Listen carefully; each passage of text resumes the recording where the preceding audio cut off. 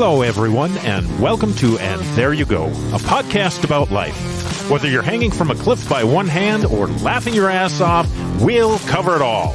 And now your co-hosts, Addie and Chad. Alrighty then, let's just jump right into it this time. Let's do it. So last time I discussed my first experience going to an AA meeting. And in that, I talked about possibly breaking down the 12 steps like I've done with numerous patients in the recovery centers that I've worked at. So the intent with this conversation is really to help you, Addie, and our listeners understand kind of what goes on in the 12 steps and maybe dispel some of the stigma around it, but really talk about what works in the 12 steps and a little bit about why it works. And, hopefully that will help some people. And especially if people are out there contemplating whether or not they want to participate in a 12-step program or have loved ones who they might want to help steer towards a 12-step program, if that's appropriate or if that's something that will help them.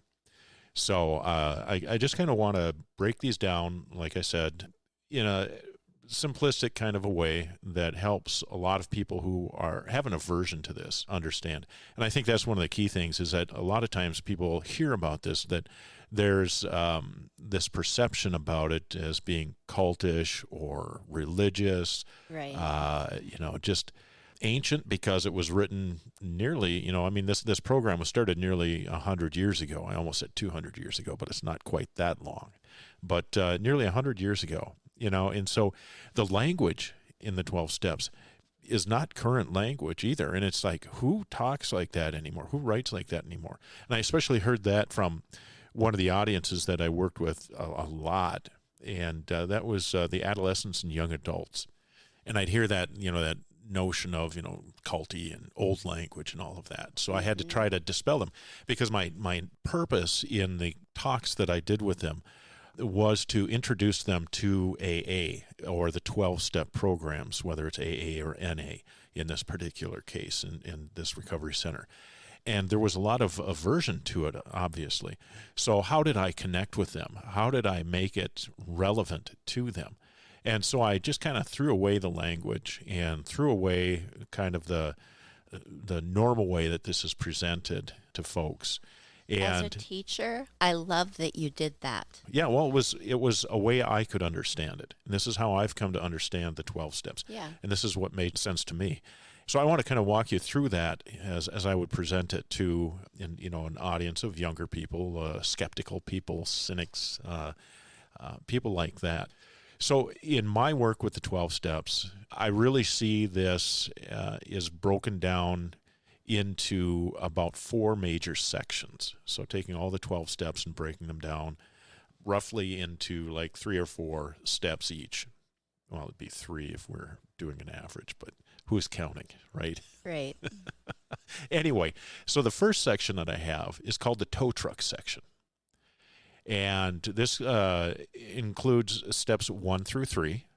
And so the way that I started out talking about this is I read the first step, and normally I'd have a placard of the 12 steps up that I could point to, point the kids to so that they could read along with it. Mm-hmm. I've given you a copy of the 12 steps there. Yeah. And so the first step is we admitted we were powerless over alcohol, that our lives had become unmanageable. And I told the kids, and I'll ask you this question, there are 2 words in there that didn't sit well at all with me when I first read it. Can you identify what those words might be? I think I can. I would say powerless and unmanageable. Yep, absolutely spot on. And the reason that they really rubbed me the wrong way was this first one, powerless. I'm powerless over alcohol. Nonsense. I was not powerless over alcohol. I was a high-functioning alcoholic. And I could quit anytime I wanted to. I knew that. I told myself that all the time. In fact, I did that all the time.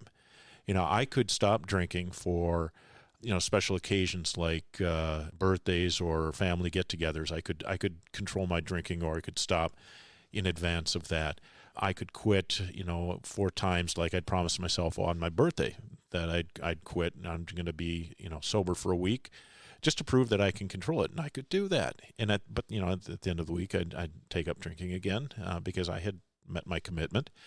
And I could do this, stop at will over and over and over again. And so it was like, how can this have power over me? How can I be powerless to this substance? Or how come anybody would think that this is unmanageable in any way? Right. And I'll come to unmanageable in a second here. But powerless in what I just said, that I could do this over and over and over again, as I really started to examine that, I realized that it was over and over and over again, and there was never any real sobriety there. Mm-hmm. I mean, I had been sober for a year at one point, but I took up drinking. And so as I really reflected on that, and when I got really honest with myself, that's when I had to admit to myself that I am powerless, that I can't quit this thing, that no matter what I do, I always go back to drinking.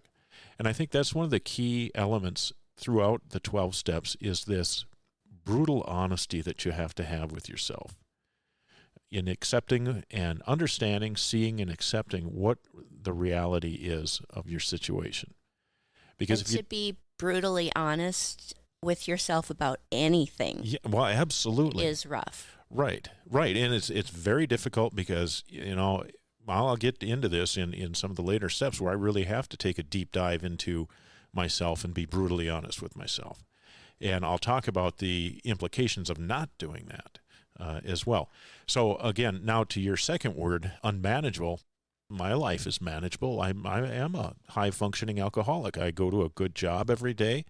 I go to my kids' events. I go to church on Sundays sometimes. I partake in family get-togethers, extended family get-togethers, social events with friends, and I'm not stumbling around. I'm not slurring my words. I'm not passing out, anything like that. So how is my life unmanageable?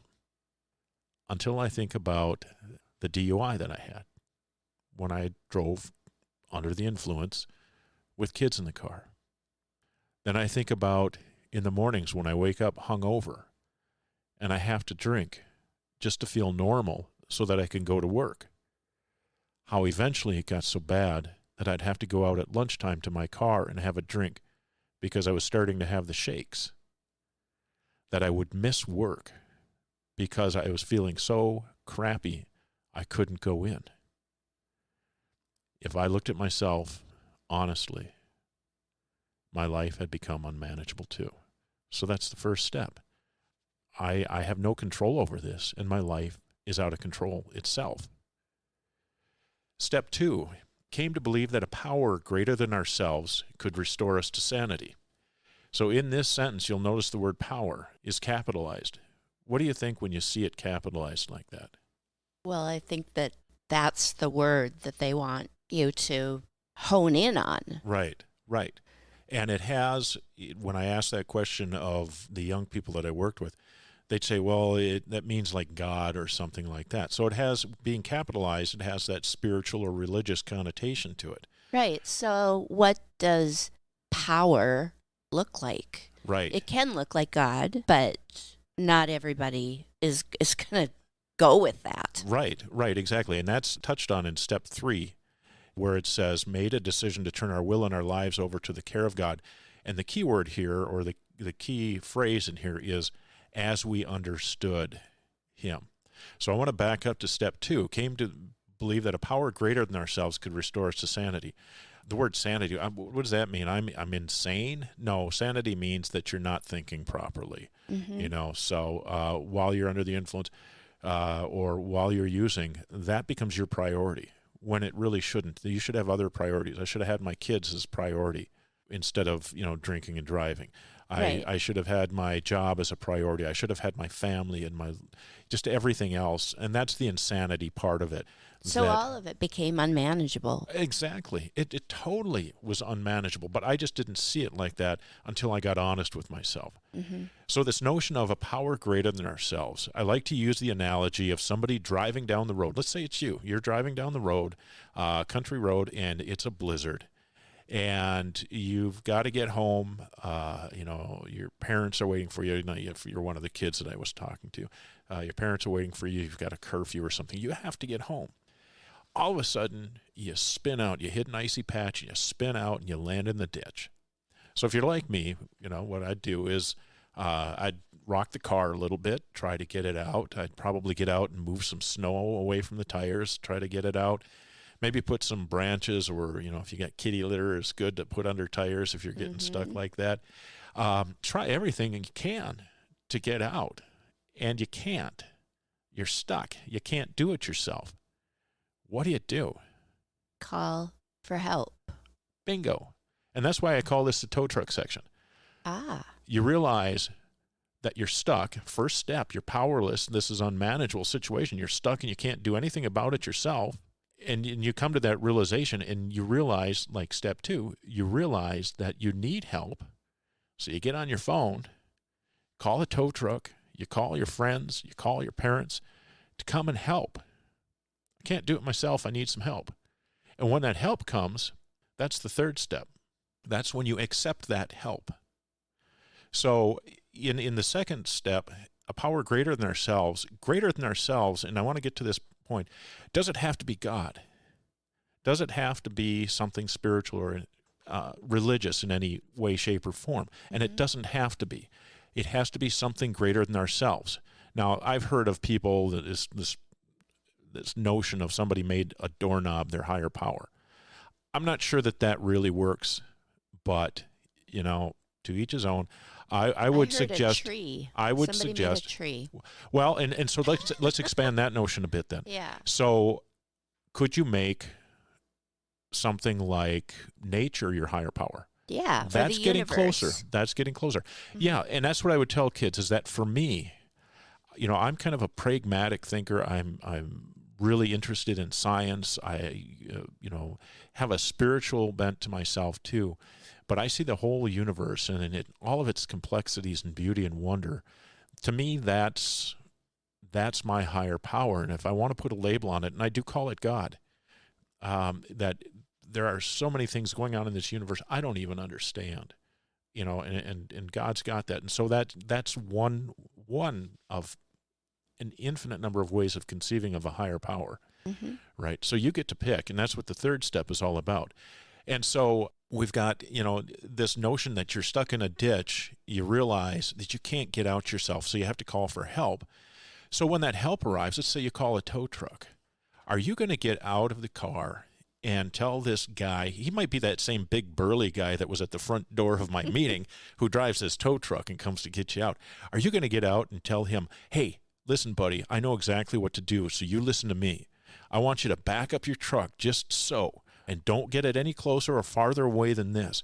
And then I want you to lift this lever and unhook the cable from the winch, and I want you to string it down, and here's exactly where I want you to place it. And then I want you to get back. I want you to check the tires, make sure there's nothing under there, that's going to block it when you start to pull it out. And then I want you to go up and do the levers, and then I want you to just ever so slowly at this speed drive out of this and Sounds pull like me you're out. trying to control I'm things. trying to control the whole damn thing. Yeah. Exactly. That's what the third step is. Made a decision to turn our will and our lives over to the care of God as we understood him. Now, here's what I tell kids. You can replace this language of God and him. Does it have to be a him? Doesn't have to be a him, right? It could be whatever. The point being is that you realize it's not you. It's something that's bigger than you. I got stuck on this step when I was going through this. Made a decision to turn our will and our lives over. It's like, how am I going to turn over the entire concept of me to something else? I couldn't figure out how to do that. And then my sponsor had this great retort to that. He actually asked me a riddle. He said, Chad, there's 3 frogs on a lily pad. One of them decides to jump off. How many frogs are left on the lily pad? And if you know the answer, you can say it. But 2. Well, one jumped off. There's 3. There were 3. One jumped off. No, there's 3 on the lily pad because the one only decided to jump off. Oh. He didn't actually have to jump. And so that's what this step is. And when my sponsor told me that, it became clear. I don't have to do it right now. The doing it will come in the rest of the steps, but I have to decide to commit to doing the rest of the steps, to commit to giving myself over to what's being asked of me, giving myself over to that tow truck driver and letting him guide me and help me get unstuck. Make sense? Tow truck section. Totally makes sense. Okay. I love this. Okay. So the next section is where we really get down to some heavy-duty work. And this section I call taking out the trash. And this one is scary, and this section can take time to do. This is the 4th and 5th step and includes the 6th step and 7th step as well. But I'm mostly going to focus on the 4th and 5th because that's where a lot of the heavy work comes in. 4th step says, made a searching and fearless inventory of ourselves. What the hell does that mean? That means we take a good hard look at the way we are. And that is not an easy thing to do. It is not an easy thing. And, I could spend a lot of time talking about this, but I'm really only going to paraphrase some of it. In the big book, when I refer to the big book, that's the Alcoholics Anonymous book, the main book that they use. So in that book, there is a lot written about this, about how you actually create a grid, sort of, and you list out all of the people that have been a part of your life, might have affected you in some way. And you look at what they did to you, but you also look at your responsibility in that, right? Mm-hmm. And so, which is hard to do because some people piss you off and, it's like, what's my responsibility in that? Well, sometimes there is a responsibility in there, even if it's to say, I'm not going to have a relationship with you anymore. Mm-hmm. But if you never do that, I did that. That's why I was in a marriage for 30 years. I didn't have the ability to take ownership of my part of that, and my part of that was to stand up for myself and say, I'm not taking this anymore. Yeah. So a lot of the a lot of the things that are talked about in the big book that we suffer from are anger and resentments.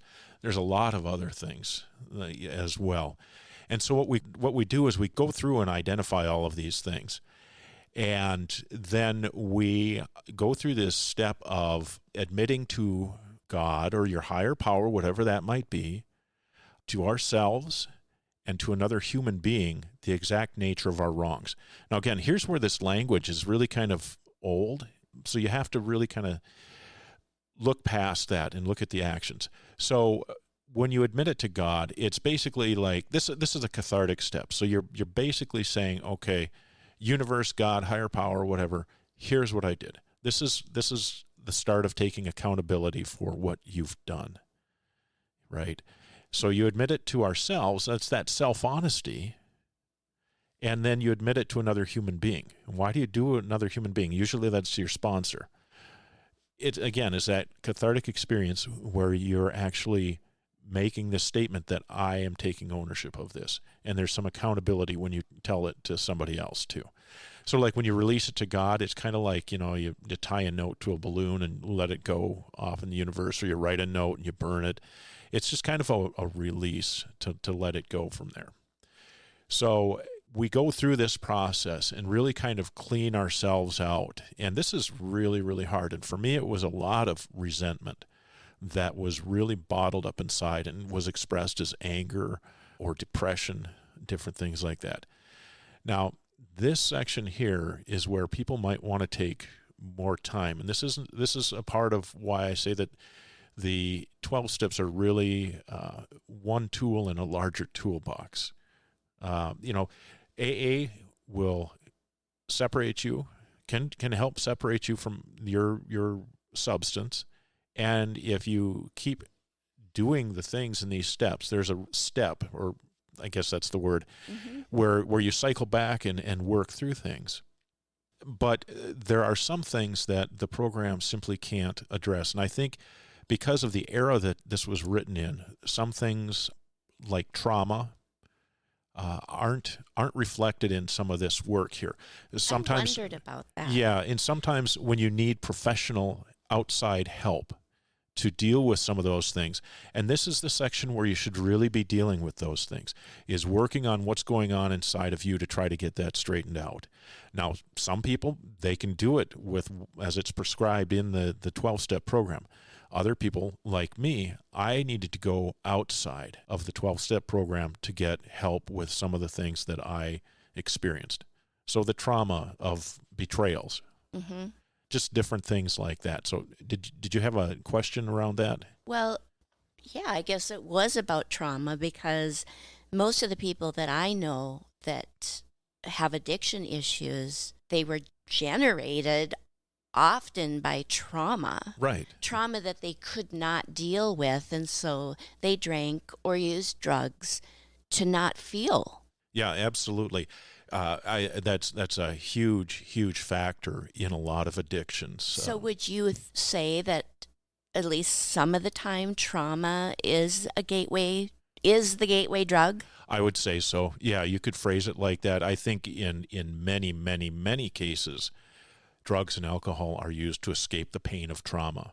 Mm-hmm. An Um, escape feeling. yeah, but there's other things that drive people to addiction. So like for the young people I worked with, one of the things was it was a recreational thing, and it's over time it just took them. Or there was peer pressure. We wanted to be part of the cool crowd.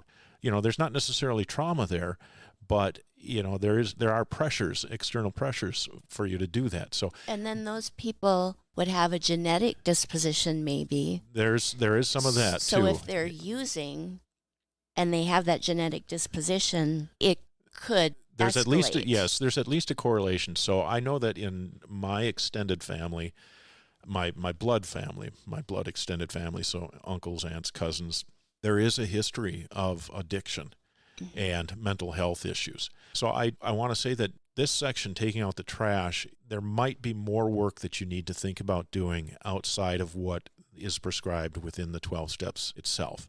And I encourage people to seek out professional help when it comes to that. They're likely to be more successful Yeah. if they do that. And the beauty about the 12 steps is that you might identify some of those things that you need to work on. I know I did. I knew that my anger and resentments stemmed from the betrayals that I experienced. Well, that caused me to dig deeper and realize, oh crap, I need to get a therapist to deal with some of this stuff. Because nowhere in the AA or the 12-step literature does it really address that. Right. And And it's a not really sponsor, intended to. Yeah, I'm sorry, a sponsor is not a therapist. absolutely. And they Yes. should never act like they're a therapist. No, they should not. They should not. And, every sponsor that I've encountered, or most people in the program that I've spoken with, agree with that absolutely. So we've got the tow truck section, Hmm. and we've got taking out the trash. And so the next section I call fixing the things we broke. And the reason I call it that is that as addicts and alcoholics, we make a mess of things. So we could possibly have stolen money, crashed a car and wrecked somebody else's car, relationships. One of the questions I ask the kids is, how's your relationship with your folks? They go, not so good. Yeah. And so part of cleaning up what we've done is what this section is all about. Now, I want to step back for a second and say the ultimate goal of the 12 steps is something that's called a spiritual awakening. So that's what we're working towards. And I'll talk about that a little bit more later on, but a spiritual awakening sounds kind of woo-woo. It's not like the clouds part and the angels sing, and you're just like, oh, I'm enlightened or whatever. What it really is, what it really becomes, is a change in your personality, so that you're able to accept the things that you need to accept to heal and get better. So it's this awakening that this is the truth of me. This is what I've done. So the truth of me is the taking out the trash section. This is what I've done is fixing the things I broke. If you want to get to a place where you feel like you're more whole and that your life isn't a mess, then these are the things that you need to do. So fixing the things I broke is a very difficult section as well. I mean, all of this is hard, but that's the thing you have to do, is you have to be able to commit to the hard work here. And that's with any change effort, any major change effort. This section is comprised of 2 steps. It said, made a list of the persons we had harmed and became willing to make amends to all of them. And boy, that's crazy talk as far as I was concerned when I went through it. It's like I was the one that was wronged in all of these betrayals. I was the one that was wronged when people would look down on me and tell me I was, no good for the drinking I was doing and all of the things that happened there. But then I had to realize that I did have a part in that. And it wasn't just the fact that I had a part in it. What this was taking responsibility for my actions, not the actions of other people.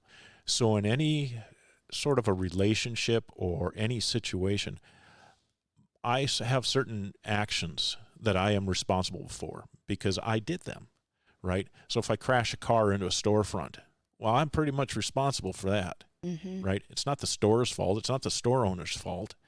So I need to take care of that. And I do that so that I can feel kind of cleansed inside. And I don't like that word, but that's kind of the way to think about it, is that you're just cleaning that up. My understanding is that there are specific ways that you go about doing this.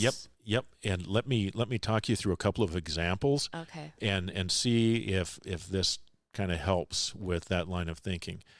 So when I went through the 12-step program the first time, I made amends. I made a list, but I was really selective in who I talked to.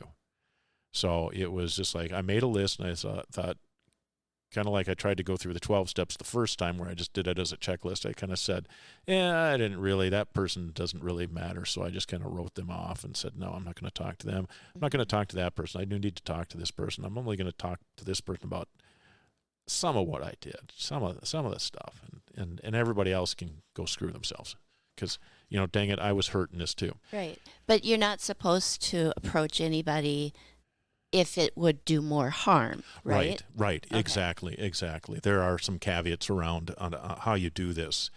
And so what I realized, the first time I went through treatment and the 12 steps, and I was sober for a year, and then I fell apart and relapsed big time, was, a couple of things that happened. First of all, I had the wrong higher power because that whole year that I was sober, I was on probation, and I was using that as my higher power. I didn't realize it at the time, but that was something that was not me, that had more power than me, right? Sure. And so once I was off of that higher power went away. So I was right back where I started. The other thing is I half-assed the 12 steps. It's cutting corners. They're called, in the vernacular of the 12-step program, they're called half measures. But it's really half-assing stuff. So I half-assed my amends as well, and so I still had that. I had these feelings of angst when I thought about those people I didn't make amends to. So the second time I went through the 12-step program, I made a list of everybody I could think of, even people I never even thought I would owe some kind of amends to. And I set about making those amends. So when you go out to make amends, and I think this is where you had the question, is when you go out to make amends, you are there to talk about exactly what you did. If the person you're making amends to says anything negative, derogatory towards you, you don't react to that. You just say, thank you, but, here's what I did. You're not supposed to go out and point fingers at them. Like, here's what you did, and that was part of the reason that I started to here's drink. why I did it. Yeah. So case in point, my ex-wife, when I made amends to her, I didn't excuse her for her betrayals, but I did go and say, here's how my drinking affected your life. And I didn't do that for her. I did that for me. So I could take ownership. It's called cleaning my side of the street. That if I clean up my stuff, nobody can say anything about me again. Two really good examples that I like to relay in this. Two different experiences in making amends. One was to my former mother-in-law. And I went and had a conversation with her. I made amends. I said, I'm alcoholic. Here's what I did. And let me step back. When I was about to make amends, my sponsor was really good. He gave me kind of an outline of how these should go. The first thing is to admit that I'm alcoholic to these people and say, here's here's what I did to harm you. Here's how I affected our relationship. Mm-hmm. The fourth or third section was about, here's what I'm doing now about my alcoholism. So I'm going to AA. I went to treatment. I'm seeing a therapist. I told all of that, got it all out. And the last part was to ask for forgiveness. Now, it's not my business to ask for forgiveness necessarily, or expect it, rather. I would say that, I hope someday you can forgive me, but if not, I completely understand. I get it. What you're doing is you're putting everything ugly out there in front of them and taking ownership of your part of it. Okay. Because when you do that, you get stronger inside. And I'll illustrate that with my examples here. So when I went to talk to my mother-in-law, I went through that script, if you will, and said, I'm alcoholic. I did these things. Here's how I affected our relationship. Here's what I'm doing about it. And, oh, by the way, hope you can forgive me, but I understand if you can't. And I got pushback from her. And she started to berate me for what I had done. And I just sat there and I accepted that. And it was hard to take. It was really hard to take because she had a lot of negative things to say to me and about me. The next one that was really difficult for me was my former brother-in-law. So because of the nature of his occupation, it was a real struggle to go in. And I called him up and said, hey, I'd like to talk to you about this. Go into his office. It's a formidable office, kind of a power office. Mm-hmm. And I'm sitting there, and he just sits there and he looks at me. And I was terrified because I thought, here he is, big brother to my ex-wife, very protective and everything. And I thought, I'm going to get nailed with this. And he sits there and he just kind of stares at me, from behind his big desk, the power desk. And he said, this is something about AA. And I said, yeah, it is. So I just went through my spiel, and each word that came out, all I could think about was how he was going to react and how he was just going to just hammer me at the end of this. So I said, Chad, alcoholic, here's what I did. Here's what I'm doing about it. And, oh, by the way, hope you can forgive me, but I understand if you can't. And he just sat there, just staring me down. I thought, oh, Lord, here it comes. He said, well, Chad, thank you for sharing that. Here's a nice little statement before the bomb explodes here. I want to thank you for doing this, but I also have a confession. He said, I have to apologize to you too. Wow. I saw that you were struggling, and I didn't do anything to help you, and I am sorry. So which of those two experiences do you think I cherish the most?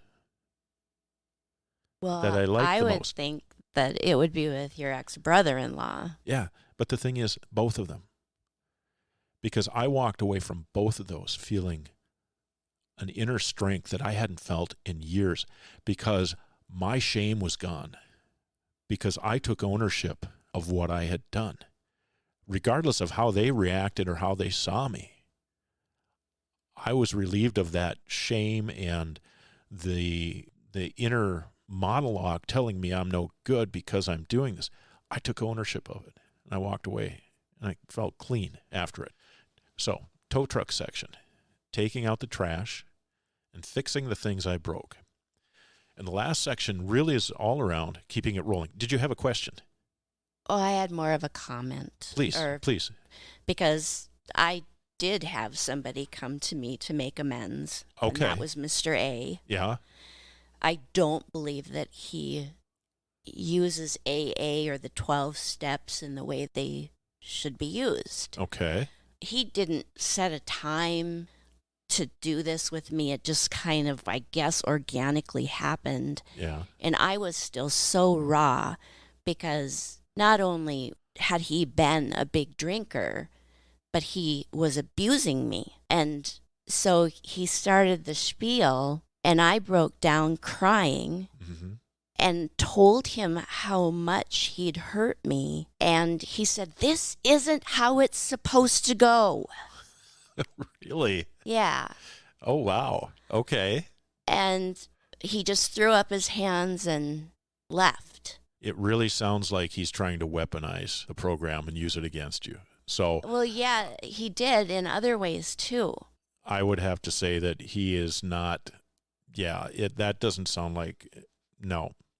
Because when you go through this, if you do this right, it really humbles you. Mm-hmm.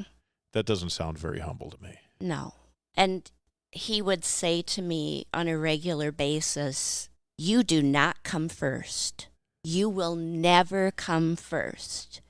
My sobriety has to always come first." Again, he's weaponized it. Yeah, he's trying to use that to manipulate you or take power from you because of that. The reality is, you have to put your sobriety first. But that doesn't mean you forego all other obligations and disrespect people because of that. Mm-hmm. No, what that means is that you really have to focus on staying sober and staying, in touch with what you're trying to accomplish, but not to the exclusion of other people, especially people you supposedly love. This is supposed to do the exact opposite of that. Right. So I went to my therapist and said, "This is what he's said to me. Is this true?" Because she is a licensed addiction therapist, amongst other things. Yeah. She said, "That's not," it's pretty much what you said. That's yeah. not how it's supposed to be. No, that sounds like somebody who's still got a lot of issues. And his sponsor is a sponsor to many, many people. And his sponsor, I guess, knew who my therapist was. I don't really know how that all came about, but he approached her and said, "I know you're a therapist, and I'm just wondering about this. Do you, how do you tell people that have an addiction issue that they need to put their sobriety first above anything else, including a marital relationship?" And she said, "You don't, because that's not how it works." Yeah. And I think there's some misunderstanding about that notion of priorities. I think that a focus on sobriety has to be there. That has to be, Well, because sure. otherwise, if you don't address that, then the relationship is going to stay where it is or get worse, or you're going to stay where you're at and get worse. So there's this notion of the spiritual awakening that ties into this that I want to talk about in this next section. Mm-hmm. So again, the 4 sections: tow truck section, taking out the trash, fixing the things that broke, and then now this next section, the last section, is just keeping it rolling. So you've done all of this work, this wonderful, really hard work. You don't want to go backwards. You want to keep it rolling. You want to maintain the progress, keep building on what you've already accomplished, what you've learned about yourself, what you've changed about yourself. Because if you don't stay focused on it to some level, you are going to relapse. You will. People, that's what happens with people, is if you don't stay focused on it. And I completely understand that. Mm-hmm. But it was just the way it was presented to me. Yeah. As though I just was not of any importance anymore. Yeah. Because this was everything. So let me put it this way. Say you have 2 kids. Both are priorities. Which one do you put first? You don't. You don't, right? Now let's say one gets a broken arm. Which one do you put first? You take care of the one with the broken arm. Yeah. But that you just don't. But you still take care of the other child. That's exactly it. That's exactly it. There might be some issues over here, but it is important to focus on maintaining your sobriety, but not to the expense of. Right? Does that make sense? Yeah. That makes so much sense. Yeah. Yep. Because you're just going to mess everything up, or everything's going to stay messed up. So kind of to get back to this notion of the ultimate goal here of the 12 steps is really to have this spiritual awakening. This is the prize. This is the prize here. Spiritual awakening isn't, like I said, it isn't the clouds parting, the angels singing, kind of thing. It's not this woo-woo moment. It might be for some people. A spiritual awakening doesn't necessarily happen like a thunder crack or God's booming voice saying, healed, you're healed. And it a lot of times, and for me, it came in a slow progression. So it was really kind of looking back at, okay, when I first went to a meeting, it sucked. As I kept going to meetings, it sucked less and less until I started enjoying going to them. I got to the 12 steps. They sucked. It was a mountain that was just crazy, and I was never going to be able to climb it. But I started doing the work, and it got better. And as I started going to meetings more, I started to feel better. As I started working the steps, I started to think differently. I started to feel myself healing. And I didn't realize it was happening at the time, but my sponsor at the time said, Chad, think about how far you've come. And when I looked at it like that, I realized that my mindset had changed so that now I was very accepting of the way I was and the things that I did and the things that I needed to do to keep moving forward, because I loved the person I had become and I didn't want to go back. And that change in mindset, that's that spiritual awakening. And to get that and to actually recognize it in you, it's insane. And it's really kind of hard to talk about or describe rather. But you get to this point where it's like, I never want to go back. I want to do everything I can to stay here. So, you and I talk about this. You've never had it. You say you've never had an issue with me thinking about drinking. It's because I've had that spiritual awakening. I know now what I want for me. I like who I am now. Mm-hmm. And that a lot of that was in part due to the 12 steps and some of the work. Now, some of the work I had to do outside, like, in the taking out the trash section, I had to seek out a therapist. I had to do some hard work outside of the program.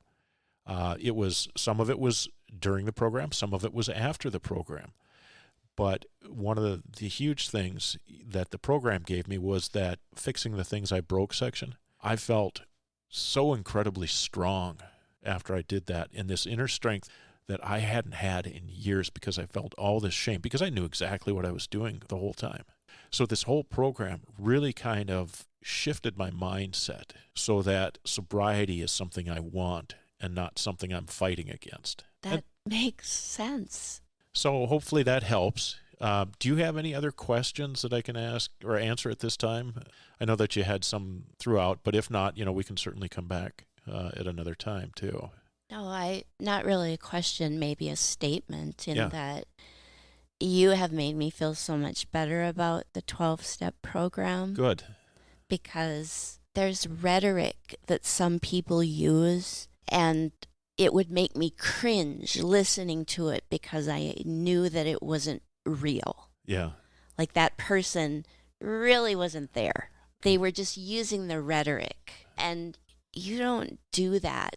You explain things in a way that makes sense. And I'm just so appreciative because I have a different attitude about it, just in general. Good. Especially your last comment that you made about, what was it? That's what you wanted. You were making a conscious choice. Yep, I want sobriety. I'm not fighting sobriety now. Yeah. Absolutely. Well, I'm glad you got something out of it, and hopefully our listeners have gotten something out of it. So, just keep in mind, pretty easy. You need to call a tow truck, You need to work on the stuff inside. You need to fix the things you broke, and then you just keep it rolling. And there you go. So we're going to cut back in here just for a moment, because after we closed the segment, Addie and I were talking, and there was some additional things that Addie wanted to say, questions that she wanted to ask. And it had to do with her experience in dealing with somebody who was going through the AA program, but probably didn't do it in quite the right way. So coming out of this, you said that you were emotional. Can you maybe tell me why you were emotional coming out of this episode? I felt stiff through this episode. Yeah. And I think you noticed it. And I wasn't really sure why exactly, but I think I was triggered. Okay. because this man, like I've said, he was extremely abusive to Mm-hmm. me, verbally, emotionally, sometimes physically. And to be told that I was less than, that this was more important than I was. And he used that rhetoric, the, oh, I just wish that you could find peace in yourself like I have. I wish that you had serenity the way that I do. And then he'd write emails to me and say things like that. And at the end of every email would be, and please let me know how I can be of service to you. And it all sounds so disingenuous as you're describing this. Exactly. It was completely disingenuous. And he's prominent in the AA community, and he does a lot of things. And it's so upsetting to me that he is misusing the big book. He does it like some people use the Bible, and Mm-hmm. they'll take out a verse and say, look, see, this is what it says. Yeah. He interprets things in a way that will benefit him. So And here's the thing with that, if I can just Sure. interject something here. I think the program, the 12 steps, the big book, anything related to it is not intended for you to wield towards somebody else. That is for you and you alone to deal with.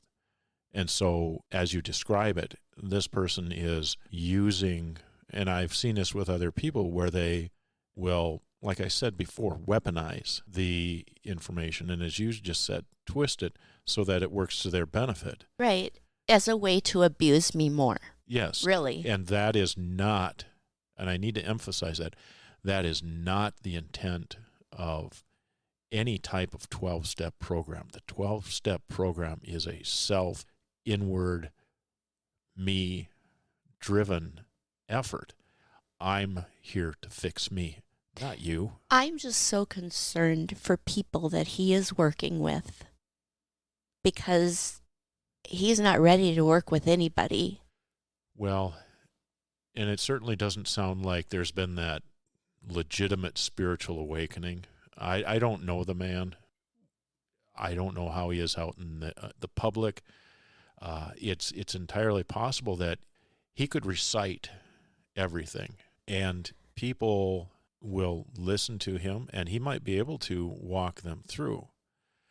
What he doesn't have is the type of relationship that he had with you, with these people. He didn't have a very personal, abusive relationship with those people like he had with you. So there might be a different dynamic with them, but I am still concerned about this possibility of him acquiring a sense of power by being Exactly. able to, it's akin to some of the mega preachers that you see out there, the evangelists that are on TV. I'm not knocking religion in any way, but I do have an aversion to people who take advantage of other people and use things like religion or other knowledge or anything like that to manipulate and control or receive power to feed their ego. And So that is entirely possible as to what's happening. Now, is he giving them the information as it is presented in the 12 steps? I don't know. I've never heard him talk, but it sounds like he's pretty intelligent based on his occupation. So I think he could present the information and that people would be able to follow it. But it feels like there's this facade, this phoniness there, that if it's used inappropriately, it could have a life-changing effect on somebody. it could be very Now, damaging. it could be damaging. It could also be positive, too, if, the person doesn't fall too deep into his web control, into the whatever game that he might be playing. I don't know. Again, I don't know the man. I'm only speculating kind of in a general standpoint. But you're right. I mean, it sounds like there was a gross misunderstanding of really what the program is all about by this person. Mm-hmm. So, at any rate, we wanted to just add that little bit into it, and hopefully that has some value to people out there who might be on the other side of the addiction, who are going to Al-Anon or just struggling in general with somebody who is going through whether it's recovery program or the 12-step program, trying to use that to manipulate other people. I would just say to people, be so careful who you choose. And just because somebody's charismatic does not mean that they're going to do the best job for you. True. That's very true. It's really, it's contrary to that section about fixing the things that I broke. If you're trying to wield this as a weapon or a tool to try to manipulate or change or affect somebody else in any other way, you got it all wrong. I'm sorry, but you got it flat out wrong. And you need to go back to the beginning and humble yourself. Some people that'll never happen to. It won't. I'm sorry to say. But there you go.